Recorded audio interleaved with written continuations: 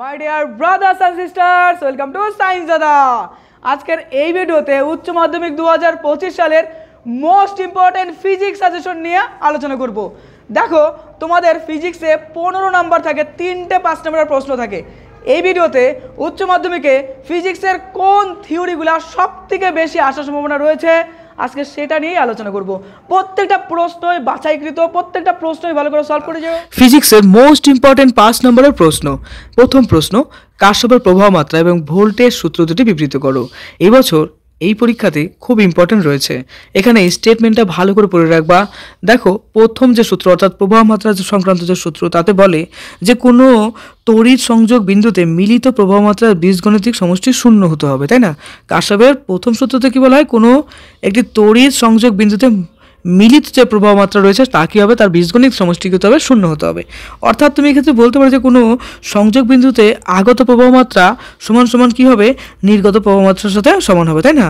আর দেখো, ভোল্টেজ সংক্রান্ত কার্শফের দ্বিতীয় সূত্র, সেটা কি হয়, কোনো বদ্ধ তড়িৎ বর্তনের বিভিন্ন অংশের বিভব পার্থক্যের বীজগণিতিক সমষ্টি কী হবে, শূন্য। অর্থাৎ বদ্ধ বর্তনের ক্ষেত্রেও কিন্তু সেটা তার বিভব পার্থক্য কী হবে, শূন্য হবে।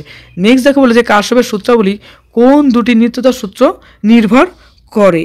দেখো, কার্শফের সূত্রাবলী যথাক্রমে আধানের নিত্যতার সূত্র এবং শক্তি নিত্যতার সূত্রের উপর নির্ভরশীল। তোমরা এটা জানো। হুইস্টেন ব্রিজের নীতিটি কি? কার্শফের সূত্রের সাহায্যে হুইস্টেন ব্রিজের নীতিটি প্রতিষ্ঠা করো। গাণিতিক রূপ সহ পড়বে, অবশ্যই পড়বে। দেখো, এক্ষেত্রে আমি তোমাকে একটা হালকা থট দিচ্ছি। দেখো, হুইস্টেন ব্রিজ 4টি রোধের এমন একটি সংযোগ ব্যবস্থা যেখানে একটি গ্যালভানোমিটারের সাহায্যে দুটি বিন্দুর মধ্যে বিভব পার্থক্য শূন্য করা যায়, এটা তো জানো। এই অবস্থায় ব্রিজের রোধগুলির মধ্যে একটি নির্দিষ্ট সম্পর্ক থাকে, বুঝতে পারলে তো? এই সম্পর্কটা কিন্তু আমাদের বের করতে লাগে। আর নীতি যদি বলি তাহলে বলতে পারি যে যখন ব্রিজের গ্যালভানোমিটারের মধ্যে দিয়ে কোনো প্রবাহ চলে না, অর্থাৎ প্রবাহ মাত্রা চলবে না, তখন কি হয়, ব্রিজটির সাম্যাবস্থায় আছে বলে আমরা ধরে নেই। তো এই অবস্থায় রোধগুলির অনুপাত আমরা সমান করে নিই। ওই যে আমরা বললাম না যে P/Q। দেখো, আমরা সমীকরণে কি পড়েছিলাম, P/Q, তাই না? দ্যাটস ইকুয়ালিটি আমরা পড়েছিলাম R/S। এবার এটার এক্সপ্লেনেশন হয়। আচ্ছা, তোমাদের একটা ম্যারাথন ক্লাস কিন্তু আমি ফিজিক্সে নিয়ে আসবো পরীক্ষার আগে, ওকে? এরপরে চলে আসছি, দেখো পরের প্রশ্ন, কার্শফের সূত্রের সাহায্যে হুইস্টেন ব্রিজ, যেটা তো হয়ে গেল। নেক্সট 2 নম্বর, সান কি? সানযুক্ত গ্যালভানোমিটারের মধ্যে দিয়ে প্রবাহিত তড়িৎ প্রবাহের পরিমাণ নির্ণয় করো। সান্ট হলো একটি একদম অল্প, অর্থাৎ খুব স্বল্প মানের বা অল্প মানের একটা রোধ। অর্থাৎ সান্টের ক্ষেত্রে রোধটা খুব সামান্য হয়, যা গ্যালভানোমিটারের সমান্তরাল যুক্ত হয়। অর্থাৎ গ্যালভানোমিটারে কি হয়, সমান্তরালে কিন্তু যুক্ত হয়। অর্থাৎ দেখো, শ্রেণী হয়, সমান্তরাল হয়, তো গ্যালভানোমিটারের মধ্যে সমান্তরালে যুক্ত একটি খুবই অল্প পরিমাণের রোধ, ঠিক আছে? এর প্রবাহ পরিমাপের সীমা বাড়ানো হয় এবং ওর মধ্যে যে প্রবাহটা আছে সেটার পরিমাণটা বাড়ানো হচ্ছে, কমানো হচ্ছে। এটাই হচ্ছে সান্ট, একদম সোজা কথা বলতে গেলে পারে, তাই না? এবার দেখো, এখন বলে যে সানযুক্ত গ্যালভানোমিটারের মধ্যে দিয়ে প্রবাহিত তড়িৎ প্রবাহের পরিমাণ নির্ণয় করো। আর জি রোধের গ্যালভানোমিটার সমান্তরালে কত মানের সান্ট যোগ করলে সান্টের মধ্যে দিয়ে মূল প্রবাহের 1/n অংশ প্রবাহিত হবে। তো এই ক্ষেত্রে আমরা নর্মালি যেটা গ্যালভানোমিটারে বের করি, যে রোধটা জি ধরি, সান্টের ক্ষেত্রে এস ধরি, আর মূল প্রবাহ আই ধরলে পরে গ্যালভানোমিটারের মধ্যে দিয়ে প্রবাহ যেটা আইজি ধরি, সান্টের মধ্যে দিয়ে প্রবাহ আইএস ধরি। আর এই ক্ষেত্রে কিন্তু আমরা বলতে পারি যে ওই যে আইজি যেটা আছে না, যেটা হচ্ছে তোমার গ্যালভানোমিটারের মধ্যে দিয়ে প্রবাহ, সেটা কি হয়, আই ক্রস দিয়ে লিখবো S/G+S। ব্যাস এইভাবেই কিন্তু বের করি আমরা।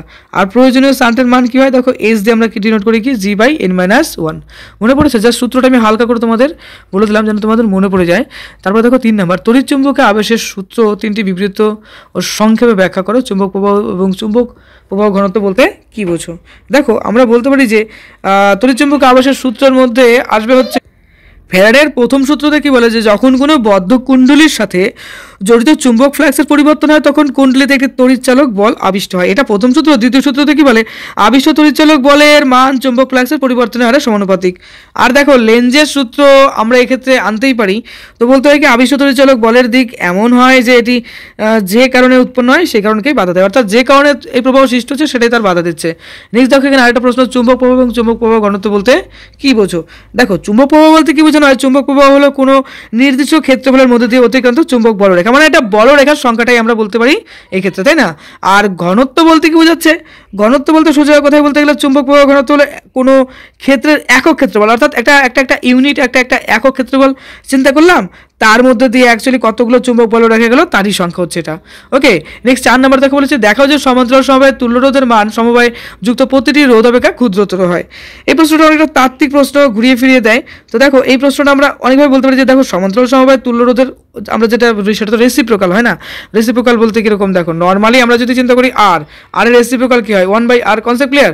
তো এটার তুল্য রোধটা কি করতে পারি, আমরা বলতে পারি যে এরকম দেখো 1/r1 + 1/r2 + 1/r3, এই যে সিস্টেমটা, অর্থাৎ তুল্য রোধটা তো আমরা এইভাবে বের করি না, তো এটা দেখি বলতে পারি 1/r1 + 1/r2, তাই না? এইভাবে কিন্তু আমরা সিস্টেমেটিক করতে বের করি। তোমাদের একটা ম্যারাথন নিয়ে আসবো না, ম্যারাথনে আরও ডিটেলস প্রশ্ন এবং অনেক প্রশ্ন রয়েছে, সেখানে কিন্তু আলোচনা আমরা করবো। হ্যাঁ, তো দেখো এই প্রশ্নটা পড়ে রেখো। তারপর দেখো পোটেনশিওমিটারের সুবিধাটা কীভাবে বাড়ানো যায়, একদম ইজি। পোটেনশিওমিটারের সুবিধা বাড়ানোর জন্য কী করবে, এর তারের দৈর্ঘ্য যেটা আছে তারের দৈর্ঘ্য বাড়িয়ে দিতে হবে এবং তার সঙ্গে সঙ্গে রোধটা কমায় দিতে হবে, তারপরে তারের দৈর্ঘ্য বাড়বে, রোধটা কমবে। নেক্সট 5 নম্বর তড়িৎচুম্বকীয় আবেশ সংক্রান্ত লেন্সের সূত্রটি বিবৃত করো। প্রমাণ করে যে ইহা শক্তি সংরক্ষণ সূত্র মেনে চলে এবং নষ্ট বলে সংজ্ঞা দাও। এটাও ইজি একটা প্রশ্ন। তো তুমি দেখো প্রথমত যদি বলি যে লেন্সের সূত্রতে কী বলে, আবিষ্ট তড়িৎচলক বলের দিক এমন হয় যে এটি যে কারণে উৎপন্ন হয়েছে সেই কারণকেই বাধা দেয়, মানে যে কারণে উৎপন্ন হচ্ছে সেটাকে বাধা দেওয়া হচ্ছে লেন্সের সূত্র, তাই না? আমি একদম শর্টকাটে খুব সুন্দর করে তোমাদেরকে বুঝিয়ে দিই। দেখো শক্তি সংরক্ষণ সূত্র কী বলে, লেন্সের সূত্র শক্তি সংরক্ষণ সূত্র মেনে চলে, কারণ আবিষ্ট তড়িৎচলক বল তুমি বলতে পারো যে এক্ষেত্রে আবিষ্ট তড়িৎচলক বল যে তৈরি হচ্ছে কিনা সেটা কি হচ্ছে, তার বাহ্যিক কাজ করতে হয়, তার জন্য তার বাহ্যিক কাজ করতে হচ্ছে, যা ও কি হচ্ছে আলটিমেটলি সেটা কিন্তু ট্রান্সফার হচ্ছে কিছু, দেখো তড়িৎ শক্তি কিন্তু ট্রান্সফার হচ্ছে, তাই না? তো এটা হচ্ছে বিষয়। নষ্ট ভোল্ট বলতে দেখো, নষ্ট ভোল্ট বলতে কোনো একটা তড়িৎ কোষের অভ্যন্তরে রোধের কারণে যে বিভব পতন, মানে একটা বিভব থাকে, সেটার বিভবটাকে ডাউনওয়ার্ড মানে পতন হয়ে যাচ্ছে, এটাই তুমি নষ্ট ভোল্ট বলতে পারো। আমরা চলো কনসেপচুয়াল পড়ি। নেক্সট দেখো 6 নম্বর বায়োসার্ভার সূত্রের বিবৃত প্রমাণ করো। বায়োসার্ভার সূত্রর ভেক্টর রূপটি লেখো, অ্যাম্পিয়ার বদ্ধপথের সূত্রে বিবৃত করো। প্রত্যেকটা বইতে এই প্রশ্নটা আছে, one of the most important এই পরীক্ষার জন্য। দেখো বায়োসার্ভারটা আমরা কি বলেছিলাম যে কোনো একটা পরিবাহী তারের ক্ষুদ্র অংশ, অর্থাৎ একটা পরিবাহী তার রয়েছে, তার মধ্যে একটা ক্ষুদ্র একটা অংশ আমি কল্পনা করলাম, সেই ক্ষুদ্র অংশের মধ্যে দিয়ে কী হচ্ছে তড়িৎ প্রবাহ গেলে উৎপন্ন চুম্বক ক্ষেত্রের মান ওই অংশের দৈর্ঘ্য, তারপর প্রবাহ, তড়িৎ প্রবাহ এবং যে আমরা যে বলি না একটা অ্যাঙ্গেল যেটা থিটা দ্বারা প্রমাণ করি, এবং পরিবাহীর অংশ এবং পর্যবেক্ষণ বিন্দুর যে মধ্যবর্তী যেটা কোণ, দেখো থিটা বলতে কি এই যে একটা অ্যাঙ্গেল তৈরি হচ্ছে না পরিবাহী এবং যে বিন্দুটা আছে তার মধ্যবর্তী কোণ, এটার কি এই টোটালটার কিন্তু গুণফলের সমানুপাতিক এবং দূরত্বের বর্গের ব্যস্তানুপাতিক। অ্যাকচুয়ালি বলতে গেলে এর ভেক্টর রূপ রয়েছে কিরকম, দেখো ডিবি কস্টকে আমরা লিখি যে μ0/4π গুণ দিয়ে লিখি আইডিএল, তারপরে গুণ লিখি কি বলতো r/r3, বাস। অ্যাম্পিয়ারের বদ্ধপথের সূত্র নিয়মটা কি ছিল যে কোনো বদ্ধ পথের চারপাশে চৌম্বক ক্ষেত্রের রেখার ইন্টিগ্রাল ওই পথ দ্বারা আবদ্ধ মোট তড়িৎ প্রবাহের সমানুপাতিক হবে, তাই কি না? এটাই তো ছিল থিওরিতে। নেক্সট আছে দেখো 7 নম্বর তড়িৎ প্রবাহের ফলে চৌম্বক ক্ষেত্রের উদ্ভব সংক্রান্ত অ্যাম্পিয়ারের চক্রীয় সূত্রটির গাণিতিক রূপ লেখো ও ব্যবহৃত চিহ্নগুলির অর্থ ব্যাখ্যা করে। এটা ইজি একটা প্রশ্ন। অ্যাম্পিয়ারের সূত্র ব্যবহার করে একটি টরয়েডের অক্ষস্থিত একটি বিন্দুতে চৌম্বক ক্ষেত্রের প্রাবল্য নির্ণয় করো। দেখো এই ক্ষেত্রে আমরা বলতে পারি অ্যাম্পিয়ারের চক্রীয় সূত্রটা কি বলে যে ইন্টিগ্রেশন সাইন, দেখো চলো একদম ইজি, একদম ইন্টিগ্রেশন সাইন, এটা কিন্তু বদ্ধ ইন্টিগ্রেশন। হ্যাঁ, বদ্ধ ইন্টিগ্রেশন লিখবো যে B.dl, মনে পড়ছে? দেখো তোমার সবই মনে আছে আমি জানি। দেখো BDL ইকুয়ালস টু কি হবে, BDL ইকুয়ালস টু μ0 I, মানে I বলতে প্রবাহমাত্রা, বাস এটাই কিন্তু। যেখানে বিটা কি, বিটা বলতে দেখো চুম্বক ক্ষেত্র, আর ডিএল বলতে যে বদ্ধ পথের একটা ক্ষুদ্র অংশ, আমরা লুপ চিন্তা করলে এটা ক্ষুদ্র একটা অংশ আমরা চিন্তা করতে পারি। আর μ0 বলতে কি শূন্য মাধ্যমের চুম্বক ভেদ্যতা প্রবশতা, আর I বলতে আবদ্ধ তড়িৎ প্রবাহ, আর টরয়েডের অক্ষস্থিত চুম্বক ক্ষেত্রের প্রাবল্য। এ দেখো টরয়েডের ক্ষেত্রে কিছুই না, B ইকুয়ালস টু B এর একটা মান হয়, সেটা কি হয় μ0 NI ডিভাইডেড বাই কি হয় বলো তো, μ0 NI ডিভাইডেড বাই হচ্ছে 2πr। এটা হচ্ছে টরয়েডের ক্ষেত্রে কিন্তু আমরা সূত্র আমরা বলতে পারি। আচ্ছা, এই ক্ষেত্রে n বলতে টরয়েডের পাক সংখ্যা, অর্থাৎ কতগুলো পাক সেটা হচ্ছে n দ্বারা রিপ্রেজেন্ট করা হয়, আয় তড়িৎ প্রবাহ, আর বলতে টরয়েডের ব্যাসার্ধ। Concept clear? নেক্সট দেখো বলছে, দেখো পরের প্রশ্ন, সাইক্লোটন কম্পাঙ্ক কি? সাইক্লোটন কি নিউটন কণাকে ত্বরিত করতে পারে?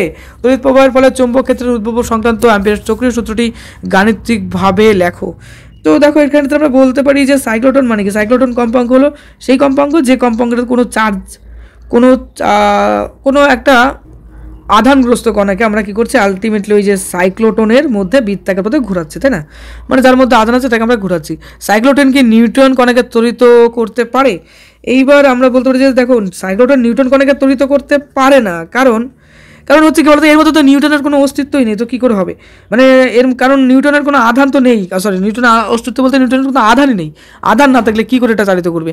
তড়িৎ প্রবাহের ফলে চুম্বক ক্ষেত্রের উদ্ভব সংক্রান্ত অ্যাম্পিয়ারের চক্রীয় সূত্রটি বিবৃত করো। দেখো এখানে চক্রীয় সূত্রতে কী বলেছিল, আমি জাস্ট তোমাকে ক্যালকুলেশনটা দেখি, দেখো এটা ছিল কিন্তু আমরা পড়েছিলাম যে ইন্টিগ্রেশন, বদ্ধ ইন্টিগ্রেশন সাইন দিয়ে আমরা লিখতে পারি বি ডট ডিএল, মনে পড়লো বি ডট ডিএল, এটাই কষ্ট আমরা লিখি কি, লিখে হচ্ছে মিউ0 আই, বা সেটাই কিন্তু আমরা লিখতে পারি।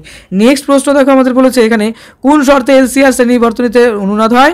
দেখাও যে এসি বর্তনীর একটি বিশুদ্ধ ধারকের প্রতি চক্রে গড় ক্ষয়িতের ক্ষমতা 0, আর পরবর্তী তড়িৎচালক বলের শীর্ষমান কোন কোন বিষয়ের উপর নির্ভর করে।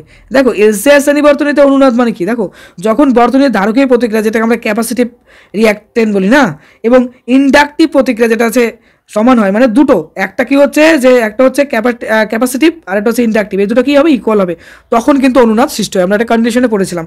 তো দেখো এই ক্ষেত্রে আমরা বলতে পারি যে তড়িৎচালকের শীর্ষমান বলতে কি পরবর্তী তড়িৎচালক বলের শীর্ষমান কম্পাঙ্ক যেটা রয়েছে, চুম্বক ক্ষেত্র রয়েছে, আরেকটা থাকে না যে পাক সংখ্যা যেটা আছে, এই পাক সংখ্যার উপর নির্ভরশীল, অর্থাৎ তড়িৎচালক বলের শীর্ষমান কি হচ্ছে, আমরা এই ক্ষেত্রে বলতে পারি যে পরিবর্তিত তড়িৎচালক বলের শীর্ষমান কম্পাঙ্ক চুম্বক ক্ষেত্র এবং কুণ্ডলীর পাক সংখ্যার উপর নির্ভর করে, বা সেটাই। নেক্সট দেখো পরবর্তী প্রশ্ন আছে ডায়নামো মোটরের মধ্যে পার্থক্য লেখো।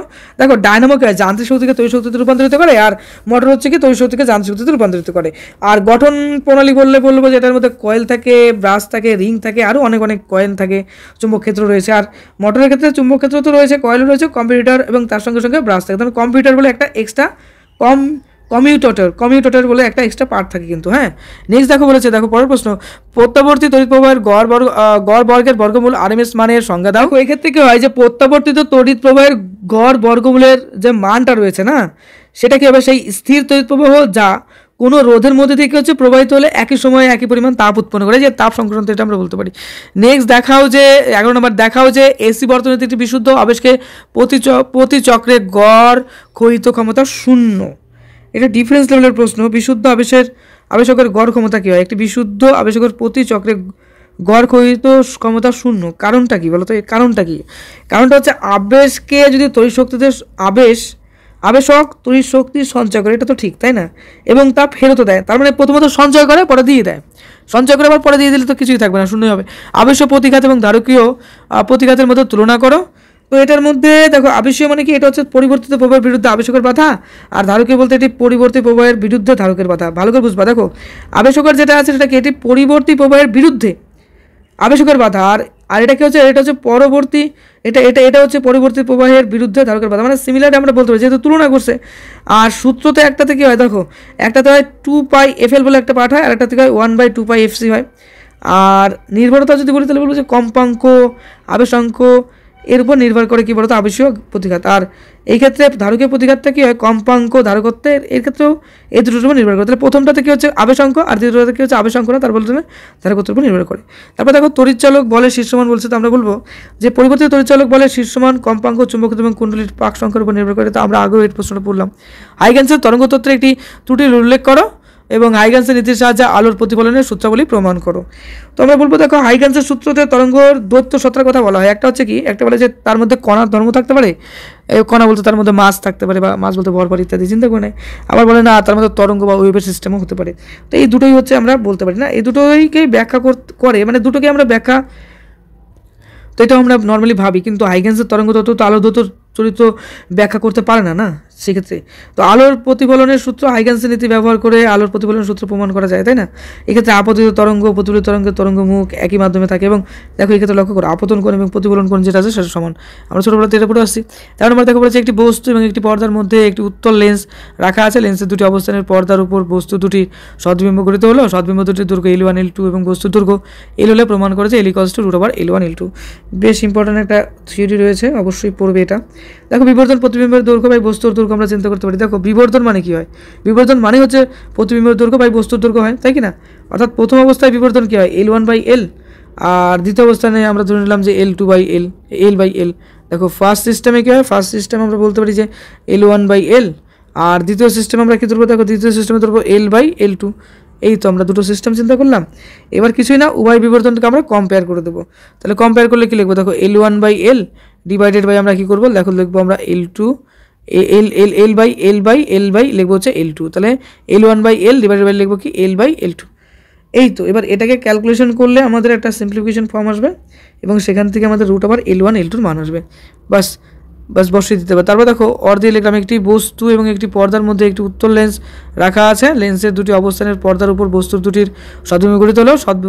সদ্বিম্ব দুটির দৈর্ঘ্য D1 ও D2 এবং বস্তুর দৈর্ঘ্য D হলে প্রমাণ করে যে D = root over D1 D2। মানে এই প্রশ্নটাই ঘুরিয়ে এইভাবে আমি বললাম। নেক্সট দেখো পাতলা উত্তল এবং অবতল লেন্সের ক্ষেত্রে 1/v - 1/u = 1/l lens formula, lens প্রস্তুত করার ফর্মুলা সমীকরণটি প্রতিষ্ঠা করে। এটা ইম্পর্টেন্ট রয়েছে, যেখানে UVF প্রচলিত অর্থ বহন করে। অথবা তা আছে একটি লেন্স, একটি উত্তল লেন্সের ক্ষেত্রে সেটির ফোকাস দূরত্ব, বস্তু দূরত্ব, প্রতিবিম্ব দূরত্বের মধ্যে সম্পর্ক প্রতিষ্ঠা করো। এটা নর্মালি উত্তল লেন্সের যে ফর্মুলা রয়েছে দেখো 1/, আমরা বলছিলাম না যে একটা ফর্মুলা যে 1/v - 1/u = 1/f, বাস এটা দিয়েই কিন্তু আমাদের প্রমাণ করতে লাগবে। দেখো আর একটা আছে অবতল লেন্সের ক্ষেত্রে আমরা চিন্তা করতে পারি যে 1/v - 1/u = সেক্ষেত্রে হচ্ছে কি -1/f দিয়ে রিপ্রেজেন্টেশন হয়। আর যদি অবতল দর্পণের ক্ষেত্রে আমরা চিন্তা করি তাহলে কিন্তু সেটা প্লাস ফর্মে হয়, অর্থাৎ 1/v + 1/u দিয়ে আমরা সেটা 1/f দ্বারা রিপ্রেজেন্টেশন করি, তাই না? এবার এইটাই হচ্ছে দেখো এটা সুন্দর একটা ক্যালকুলেশন করবে, বাস চলে আসবে। নেক্সট দেখো এই যে অথবাতে রয়েছে এই প্রশ্নটা, এটাও কভার হয়ে গেল, আমরা পড়ে নিলাম। দেখো 1/v + 1/u = 1/f হয়ে গেল। নেক্সট দেখো 15 নম্বর f1 f2 ফোকাস দৈর্ঘ্যের দুটি পাতলা উত্তল লেন্সকে পরস্পর সংস্পর্শ রাখলে দেখা হয় যে এদের মধ্যে তুল্য ফোকাস দৈর্ঘ্য কী হচ্ছে 1/f = 1/f1 + 1/f2। তো এটা আমাদের নর্মালি করতে হবে অঙ্কটা। তারপরে দেখো অঙ্ক কী বলে এটা থিওরি করতে হবে। তারপরে দেখো প্রতিসারক ধরনের দূরবীক্ষণ অপেক্ষা প্রতিফলক দূরবীক্ষণ যন্ত্রের সুবিধাগুলি লেখো। দেখো এটা হচ্ছে প্রতিসারক দূরবীক্ষণের তুলনায় প্রতিফলক দূরবীক্ষণের প্রতিবিম্বের গুণগত মান অনেক ভালো হয়। তাছাড়াও এটা দেখো প্রতিফলক দূরবীক্ষণ তৈরি করা অনেক সহজ এবং খরচও কম।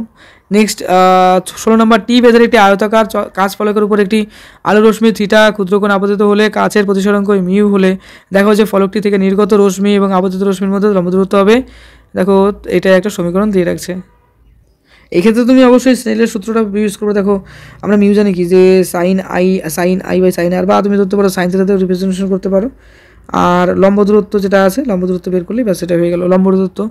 17 নম্বর থেকে বলেছে আলোর ব্যতিচারের ক্ষেত্রে সুসংগত উৎসের গুরুত্ব কী, কীভাবে সুসংগত উৎস তৈরি করা যায়, মানব চক্র অভিযোজন বলতে কী বোঝো। নেক্সট আছে দেখো আলোকবাহী তন্তু কী এবং একটি দীপ্ত বস্তুকে মিউ প্রতিসরাঙ্কের মাধ্যমে মিউ গভীরতায় রাখা হয়েছে। দেখা হয়েছে শঙ্কুর যে বৃত্তাকার ভূমি দিয়ে আলো নির্গত হবে সেটির ব্যাসার্ধ আর = কী বলেছে h/√μ² - 1। এই ক্ষেত্রে দেখো একটা ব্যাসার্ধ আমরা শঙ্কুর ক্ষেত্রে যেটা চিন্তা করি সেটা r = h/μ² - 1। তো এই প্রমাণটার ক্ষেত্রে সংকট কোণ থিটা সি চিন্তা করে নেবা, sin θ = 1/μ আর tan θ = r/h। আর এখান থেকে আর এটা ক্যালকুলেশন করে আমাদের বের করতে হবে h = √μ² - 1। সংকট কোণ বলতে কী বোঝো। তারপরে প্রতিসরণের ক্ষেত্রে সংকট কোণ এবং ঘনমাধ্যমের প্রতিসরণের মধ্যে সম্পর্ক লেখো। অভ্যন্তরীণ পূর্ণ প্রতিফলন বলতে কী বোঝো, এগুলো সংখ্যা আকারে অবশ্যই বইতে পেয়ে যাবে, পড়ে নেবে। 2 নম্বর দেখো অনুবন্ধী ফোকাস যুগল বলতে কী বোঝায়, গোলীয় দর্পণের সমীকরণের সঙ্গে এর সম্পর্ক কী, ক্ষেত্রীয় বিবর্ধন বলতে কী বোঝো আর ব্যাখ্যা করো। দেখো এই ক্ষেত্রে অনুবন্ধী ফোকাস যুগল বলতে কি, দেখো যখন কোনো বস্তুকে একটি লেন্স বা দর্পণের সামনে তুমি যদি রাখো তাহলে এমন দুটি অবস্থানে যদি আমরা রাখি, মানে বিষয়টা কি যে যখন কোনো বস্তুকে একটি লেন্স বা দর্পণের একদম সামনের দিকে এমন দুটো অবস্থানে রাখতে হবে যে প্রতিবিম্ব দূরত্ব কী থাকবে বলো তো, প্রতিবিম্ব দূরত্ব একই থাকবে, এবং তখন সেই দুটি অবস্থানকে আমরা অনুবন্ধী ফোকাস যুগল বলবো, তাই না? আর গোলীয় দর্পণের ক্ষেত্রে যদি সম্পর্ক বলে তাহলে বলবো গোলীয় দর্পণের সমীকরণটা আমরা কি জানি যে 1/v, তাই না? আমরা কি জানি যে 1/v প্লাস বলবো 1/u = বলবো 1/f। এটা আমরা লিখতে পারি এই রিপ্রেজেন্টেশনটা। তো ইউ এবং ভি এর মান পরিবর্তন করে কিন্তু অনুবন্ধী যুগলের মান আমরা নির্ণয় করতে, অর্থাৎ এই ক্ষেত্রে ইউ এবং ভিটার মান কিন্তু ডিপেন্ডেবল। আর ক্ষেত্রীয় বিবর্ধন বলতে কী বোঝাচ্ছে, ক্ষেত্রীয় বিবর্ধন হলো প্রতিবিম্বের ক্ষেত্রফল এবং বস্তুর ক্ষেত্রফলের অনুপাত। তার মানে প্রথমত কী বলবো, ক্ষেত্রীয় বিবর্ধন হলো প্রতিবিম্ব। দেখো প্রতিবিম্ব বলে একটা বিষয় রয়েছে, আর একটা কীভাবে বলতো, প্রতিবিম্বর পার্ট ডিভাইডেড বাই বলবো যে বস্তুর যে ক্ষেত্রফল রয়েছে তার যে ইয়েটা অনুপাতটা সেটাই হবে এটা, অর্থাৎ প্রতিবিম্বের ক্ষেত্রফল ডিভাইডেড বস্তুর ক্ষেত্রফলের অনুপাতটা। আচ্ছা, ক্ষেত্রীয় বিবর্ধন বস্তুর আকার এবং আকৃতির পরিবর্তন করতে পারে। এই তো গেল আমাদের প্রশ্ন। ওকে, তোমাদের পরীক্ষা অনেক অনেক ভালো হোক। পরীক্ষার জন্য তোমাকে জানাই বেস্ট অফ লাক। আমাদের এই চ্যানেলে নতুন অবশ্যই সাবস্ক্রাইব করে দিও। খুব ভালো থেকো।